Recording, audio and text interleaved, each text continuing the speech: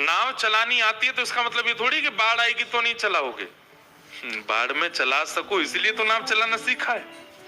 तैरना इसलिए तो सीखा है कि कभी डूब रहे हो तो बच जाए। कमर कमर पानी में थोड़ी तैरता है व्यक्ति। व्यक्ति वहीं तैरता है जहां पानी उसकी कद से भी ज्यादा हो। कथा क्यों सुनी जा रही है? इसलिए थोड़ी कि योग्य जीवन हो, अनुकूल जीवन हो और कथा का हम लाभ लेते रहे, नहीं। जब आपके सिर से ऊपर निकल जाए संकट, उन संकटों में भी तैर सको, इसलिए तो कथा सुनी जा रही है। कथा का अभिप्राय सुखमय जीवन जीने के लिए नहीं होता है। कथा का अभिप्राय, हमें ये कॉन्सेप्ट समझ नहीं आता। लोग मंदिर जाते हैं, मंदिर जाके महादेव हम पर कृपा बनाए रखना, सब सुखी रहे, हमारे घर में परिवार में सुख संपत्ति घर आवे, कष्ट मिटे तन का, ओम जय जगदीश हरे। महादेव कह रहे होते, बोले बेटा मैं भी महलों में रहता, शमशान में नहीं रहता, इतना ही सुख मेरे पास हो। गणेश जी कह रहे होते, मैं भी मर्सिडीज पे चलता, चूहा के प्राण क्यों लेता। वैसे तो चूहा, गणेश जी कैसे बैठते होंगे। ये सब द्योतक हैं। भगवान श्री कृष्ण भी कह ही देते, बोले भैया हम भी रण छोड़ करके द्वारिका नहीं भागते जब सुखी होता संसार में। शास्त्रों में पृथ्वी का एक नाम है दुखालयम शाश्वतम। क्या नाम है? दुखालयम शाश्वतम। आलय मतलब घर, और इस संसार का नाम क्या है? दुखालयम। ये दुख का घर है और आप दुख के घर में चाह रहे हो कि आपको सुख मिले। आप जिसके घर में हैं वही तो मिलेगा आपको।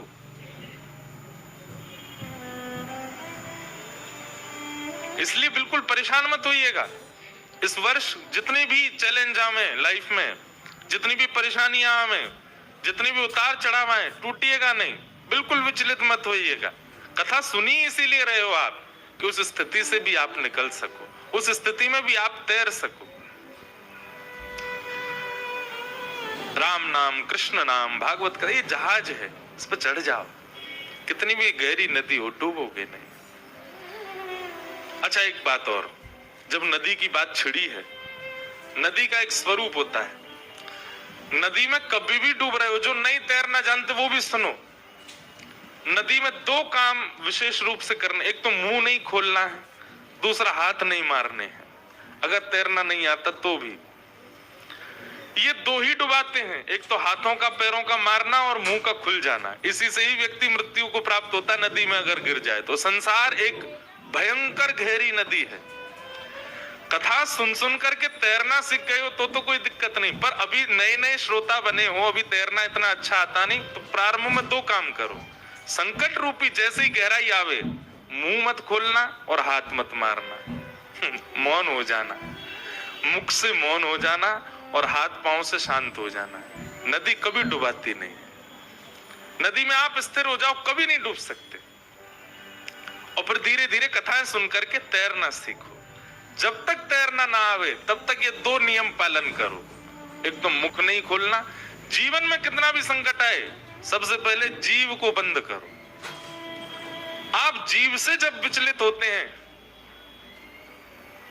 मुख से बहुत बोलने लग जाते हैं, अति जल्पिक होने लग जाते हैं, आपके संकट और बढ़ते हैं। इसलिए मौन हो जाओ।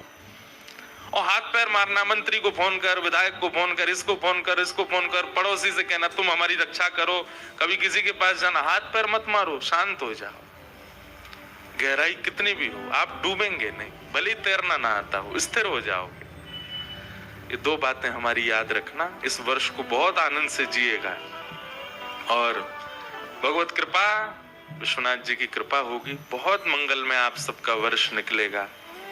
हमें तो विश्वास है हमारा मंगल में ही है, क्योंकि कथा ही है, 365 दिन और कोई काम नहीं। इसलिए आप सब लोग भी खूब आनंद से रहिएगा, खूब प्रेम से रहिएगा। मुख को, जीव को और हाथ पैरों को बस थोड़ा स्थिर कर लीजिएगा, कोई दिक्कत नहीं होगी, सब आनंद होगा।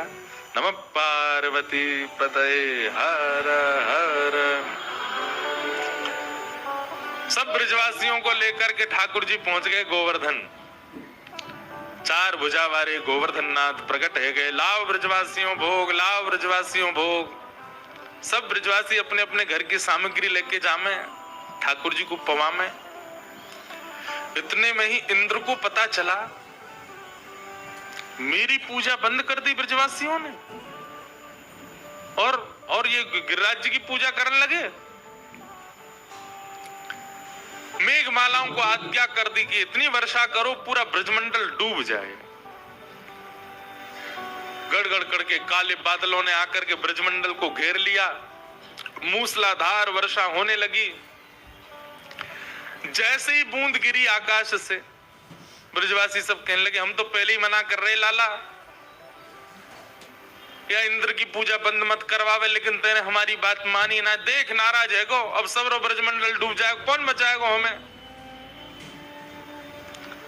ठाकुर जी बोले शरणागति का सबसे पहला सूत्र है विश्वास। अगर आपके अंदर विश्वास नहीं है तो आप कितनी भी जगह माथे टेक रहे हो, और केवल श्रम कर रहे हो आप। विश्वास, संबंध और समर्पण, तीन बातें याद रखिएगा। चाहे गुरु के प्रति हो, चाहे ज्ञान देने वाले के प्रति हो, चाहे भगवान के प्रति हो, ये तीन बात जब तक आपके चित्त में नहीं है आप प्रणाम नहीं कर सकते। सबसे पहला विश्वास, दूसरा संबंध, ठाकुर जी से एक संबंध तो मानिए, और तीसरा समर्पण।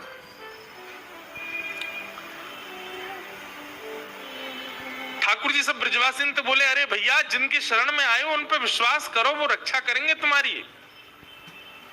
ब्रजवासी लेकिन भोले भाले बेचारे कोई सुने नहीं, भागे इधर उधर, त्राहिमाम करके सब भागने लगे। बोले बचाओ बचाओ बचाओ, अब इंद्र हमको डुबा देगा। ब्रजवासियों के चित्त में विश्वास को प्रगाढ़ करने के लिए ठाकुर जी बोले अब मुझे कुछ करना पड़ेगा।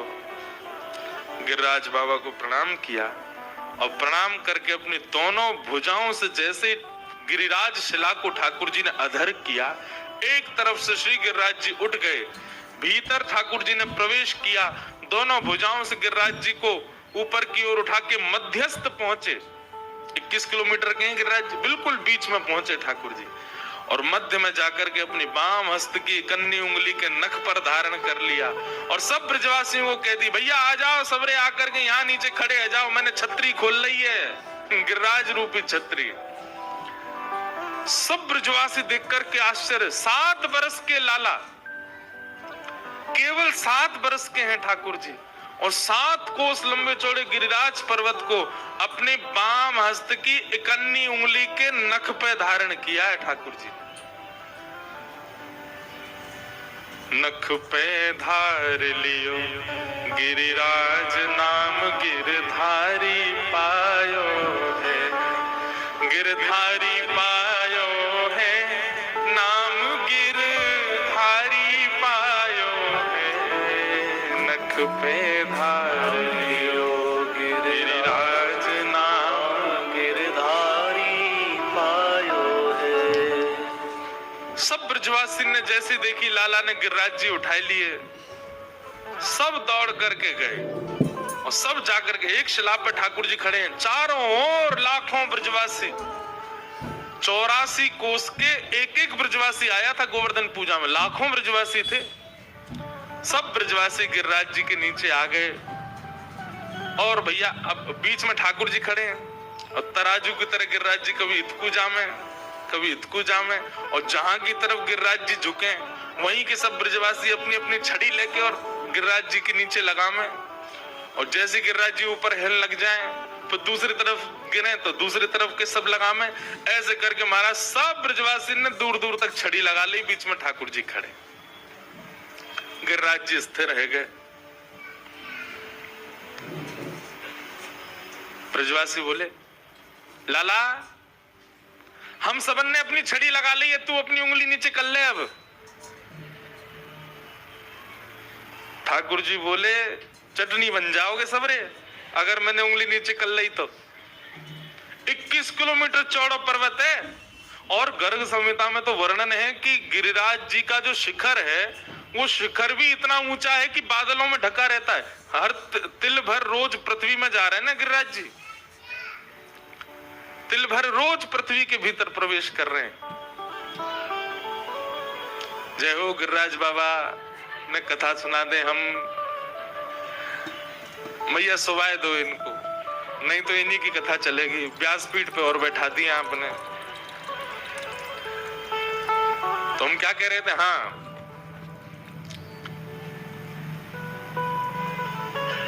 चटनी बन जाओगे सबरे।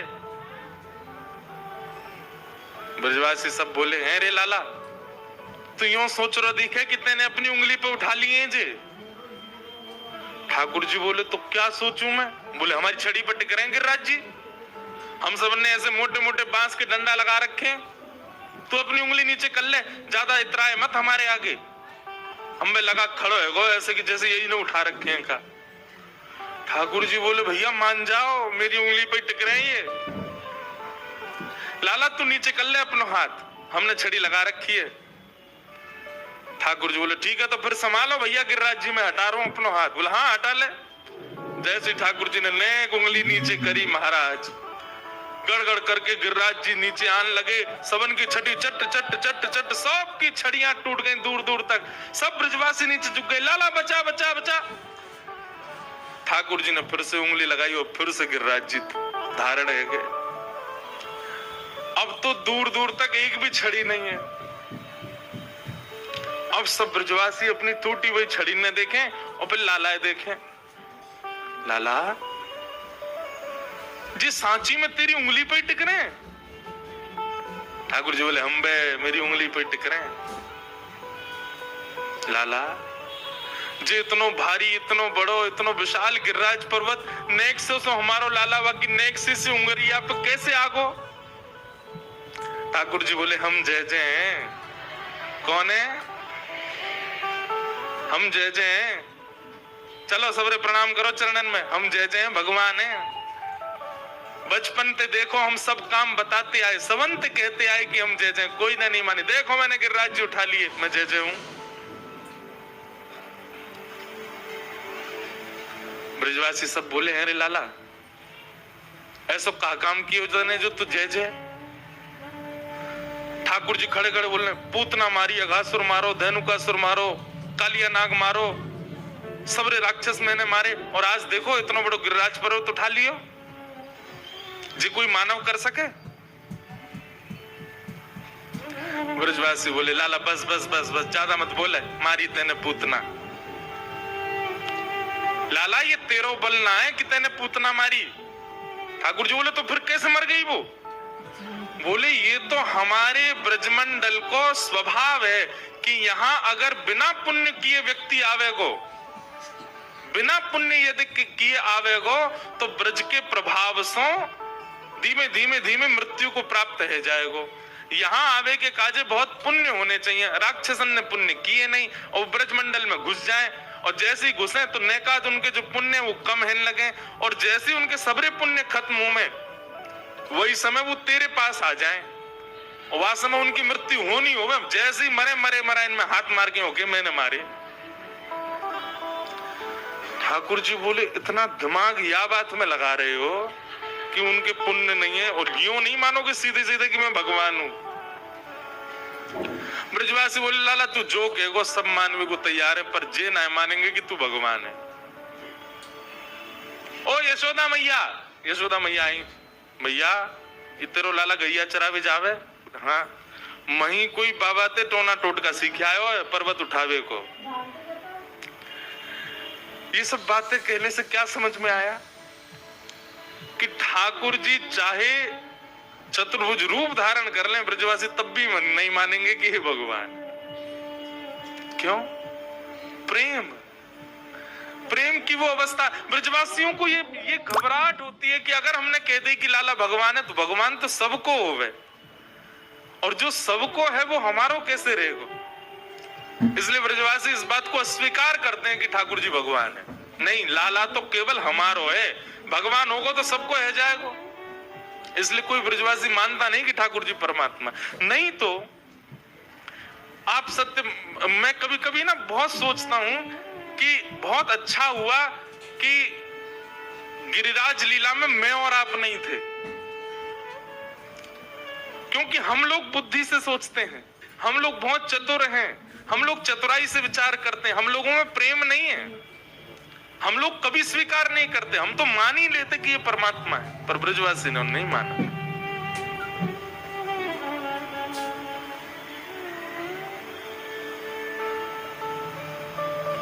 ये ब्रजवासियों का स्वभाव आज भी है। पहले दूसरे दिन मुझे कौन आप में से कोई बता रहे थे कि 84 को उस परिक्रमा लगी, पूज्य भाई श्री भी थे साथ में, तो कहीं मथुरा में कहीं गए तो कोई ब्रजवासी ठंडाई बना रहा था, तो वहां से सबने पूछी भैया ये ठंडाई कैसी तुम्हारी? भाई श्री वहीं खड़े हैं, उसको पता नहीं कि भाई श्री यहाँ खड़े हैं। वो बोलो एक व्यास जी आए गुजरात के, कथा भूल गए आके मंच पे, मैंने ठंडाई पे भाई सोई कथा याद आ गई उनको। भाई श्री वहीं खड़े थे, भाई जी खूब जोर से ऐसे बोले भैया ये ब्रजवासी हैं। ब्रजवासी इनको ये स्वभाव आज भी है। हम कथा करते हैं कभी ब्रज में, तो अब भाई व्यास मंच पे कुछ नियम कानून है, उन भाव से बैठते हैं। अब कोई ब्रजवासी आ जाए, अब बीच कथा में कोई आवे या मंच पे चढ़े तो भूल जाता हूं मैं कथा, तो हमारे कथा के पहले आ जाओ, बाद में आ जाओ, मना किसकी नहीं, बीच में मत आओ। अब बीच में कोई ब्रजवासी आ जाए और सीधे माला लेके मंच पे बैठ जाओ, तो नीचे से बोलेंगे बन्नो है बड़ो व्यास, या तो पहन ले नहीं तो यहीं से फेंक के जा रहे हैं हम। अरे मैंने किया आओ भैया आओ पहना जाओ। तो ये ब्रजवासी किसी को श्रेष्ठ नहीं मानते। क्यों? श्रेष्ठ किसी को मानना भी एक प्रकार का संसारी स्वभाव है।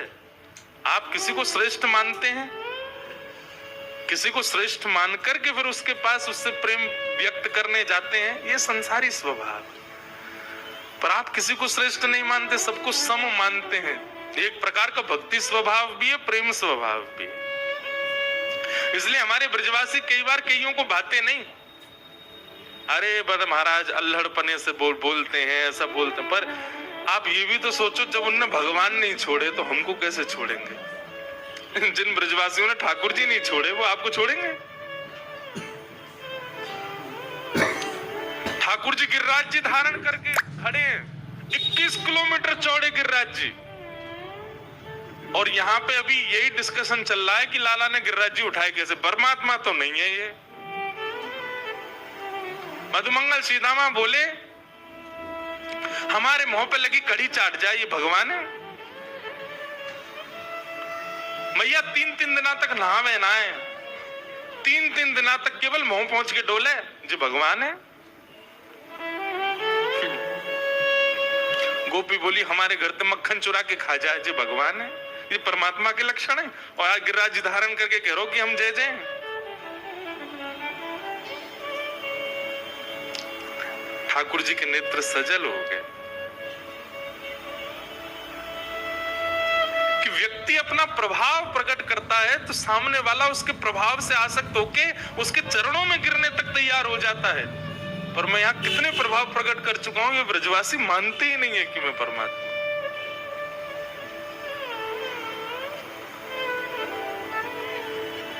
कैसा प्रेम ब्रजवासियों का। इसलिए ठाकुर जी गिरिराज उत्सव के बाद एक सौगंधी शिला है हमारे ब्रज में, वहां जाकर के कहते हैं 33 कोटि देवताओं को साक्षी मान करके, पूरे ब्रह्मांड को साक्षी मान करके मैं कहता हूं, ब्रजवासी वल्लभ सदा मेरे जीवन प्राण, इनको नाही बिसारी हो मोहे नंद बाबा की याद। मुझे नंद बाबा की सौगंध है कि मैं ब्रजवासियों को कभी नहीं बिसार सकता। ये स्वरूप कौन है बताओ? श्री जगन्नाथ जी। ऐसा स्वरूप क्यों है इनका? इनके हाथ कहाँ हैं? इनके चरण कहाँ हैं? इनका मुखमंडल कहाँ है? जिन ठाकुर जी का बरहा पीड़म नटवर वपुः कर्णयो कर्णकारम,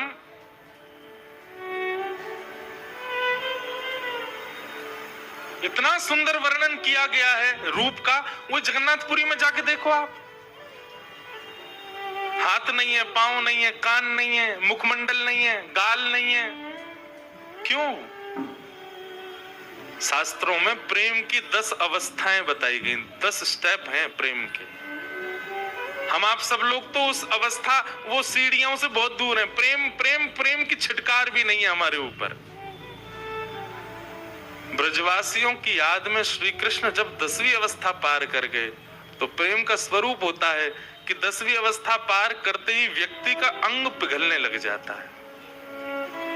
सबको कथा पता है, रोहिणी मैया द्वारिका में कथा सुना रही थी, ब्रज की लीला।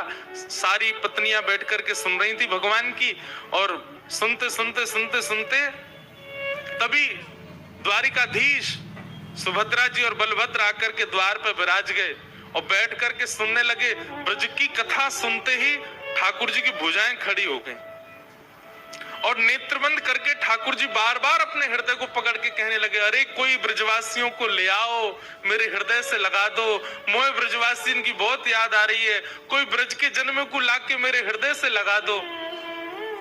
और इसी विरह में 10वीं अवस्था प्रेम की पार हुई। ठाकुर जी का मुख पिघलने लगा, ठाकुर जी के हाथ पिघलने लगे, ठाकुर जी का श्रीअंग पिघलने लगा। तभी नारद जी को चिंता हुई। नारद जी दौड़ करके गए और रोहिणी मैया से जाके व्यास मंच पे बैठ कथा सुना रही रोहिणी मैया नेत्र बंद करके। तभी कहा, मैया अभी कथा विश्राम करो, नहीं तो ठाकुर जी नदी बहन करके बहने लग जाएंगे। रोहिणी मैया ने कथा विश्राम करी और उस समय ठाकुर जी का बहुत करीब करीब 70% जो श्री अंग था वो पिघल चुका था। वही कथा विश्राम हो गई तो वही रूप ऐसे ही रह गया ठाकुर जी का। नारद जी ने जाकर के प्रणाम किया, बोले भगवान अब कैसे सृष्टि का आगे संचार होगा, आप तो ऐसे बन गए। ठाकुर जी बोले, नारद पूरे विश्व को पता चलना चाहिए कि मैं ब्रज से कितना प्रेम करता हूं, इसलिए मेरा यही स्वरूप उड़ीसा के श्री जगन्नाथ मंदिर में विराजमान होगा और कलयुग का प्रधान देव मुझे ही माना जाएगा, ताकि पूरे विश्व को मैं बता सकूं। बाकी सारे मंदिरों के जो ठाकुर हैं वो स्थिर रहेंगे पर मेरा स्वरूप अस्थिर होगा। यदि कोई मंदिर में आके दर्शन नहीं करेगा तो मैं रथ पे बैठ करके पूरे विश्व को दिखाऊंगा कि देखो ये मेरे ब्रजवासियों के प्रेम का स्वरूप है। ब्रजवासियों के प्रेम में ठाकुर जी प्रेम विगलित हो गए।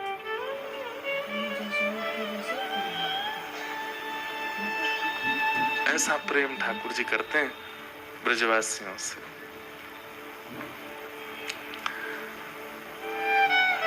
ब्रजवासी मान नहीं रहे कि लाला परमात्मा है, और अब इनको ये भय नहीं है कि गिरिराज जी नीचे आ गए तो मर जाएंगे। अब यूं ही कह रहे हैं, बोले लाला तू सांची बता, तेने उठाए कैसे? मधुमंगल सीतामा बोले हम भी उठाएंगे फिर। ठाकुर जी बोले सुनो, हमारे ब्रज में गाते हैं, कछु माखन को बल बढ़ो,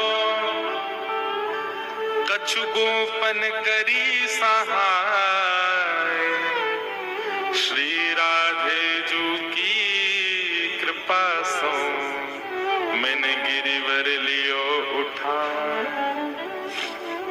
अरे भैया तुम सबरे सांची कह रहे हो, मैं जय जय ना हूं, मैं परमात्मा ना हूं, मैं भगवान ना हूं। भैया मैं तो अपनी यशोदा मैया को लाला हूं, मैं तो नंद बाबा को लाला हूं, मैं बलभद्र को छोटा भैया हूं, मैं तो मधुमंगल को सखा हूं, मैं कोई भगवान थोड़ी हूं।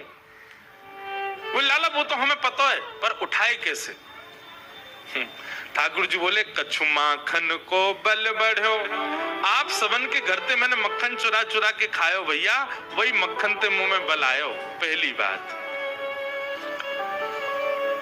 मधुमंगल श्री राम बोले लाला मक्खन तो हमने भी चुराया तेरे संग, हम ते तो ये 5 किलो कोई ना उठ रहो। ठाकुर जी बोले दूसरी बात है ना, बोले कहा कछु गोपन करी सहाय।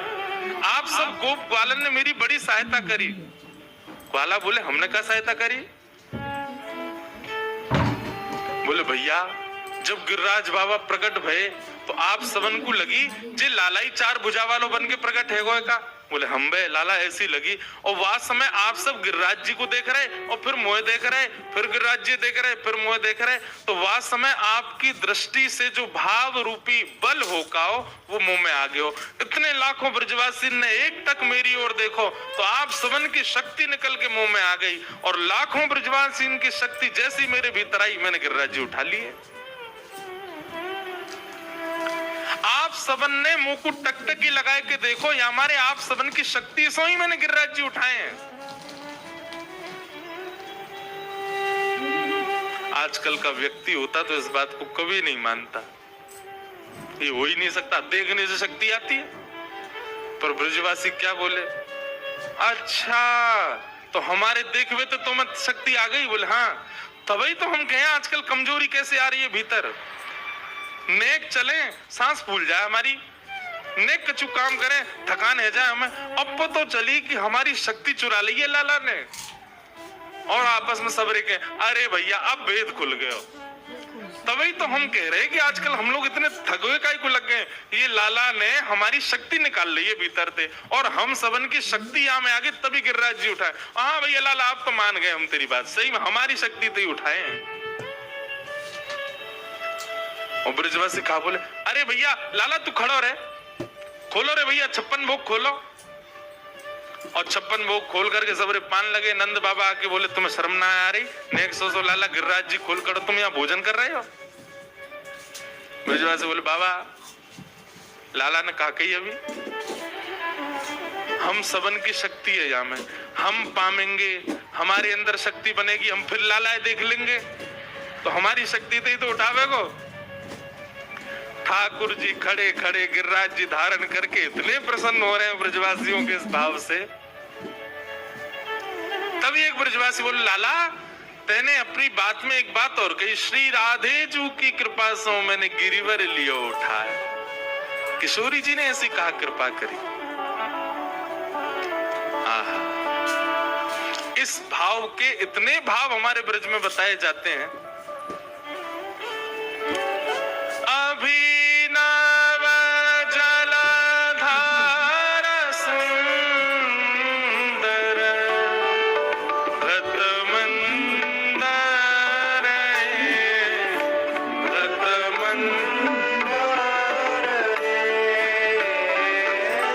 श्रीमुख चंद्र चकोर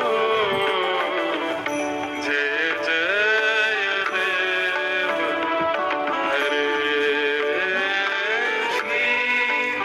श्रीमुख चंद्र चकोर जय जय देव हरे। श्री राधा चंद्र चकोर जय जय देव हरे। राधा मुख चंद्र चकोर जय जय देव हरे।